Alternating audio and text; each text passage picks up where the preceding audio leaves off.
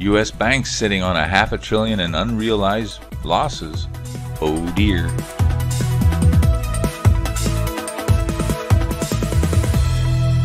Hello, this is Chart GPT Today.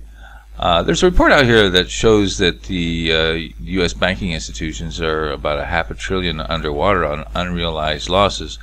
Now, these losses come from securities that they own, but because of the rise in interest rates, the value of these securities go down, because obviously interest rates goes up, the value goes down. And since they're not marked to market, they're unrealized, because if they would wait till par, they can cash out at full value. But in the meantime, if they actually were forced to sell, the banks are underwater by about $500 billion now. Of course, that's just on this current report. If you look at the total securities from all commercial banks in the U.S., it's about, about $5 trillion, which is significant. So we're talking about 10% of their value is underwater, and of course it depends on if the Fed continues the interest rate. Here is the reserve depository amounts. You can see here a longer term chart here. You can see that it's been coming off here because of these high, and it coincides with the interest rate rises of the Fed. Now, probably the question is how does this affect the health of the banking industry?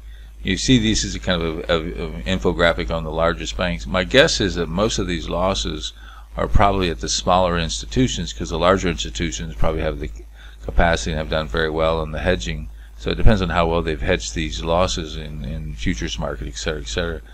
The chances are that people will start fleeing to these more solid banks because they're too big to fail.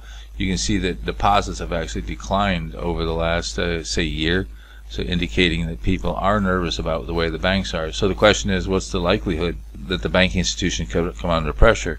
You can take a look at the AI and see what the factors involved in terms of reserve ratio requirements and what makes it go good and bad. As well as take our online poll. Do you feel like the banks are like plates on spinning poles and they keep spinning, but once one breaks, the whole thing will come crashing down? Or not? That's the question. Something to continue to watch. And don't forget to subscribe.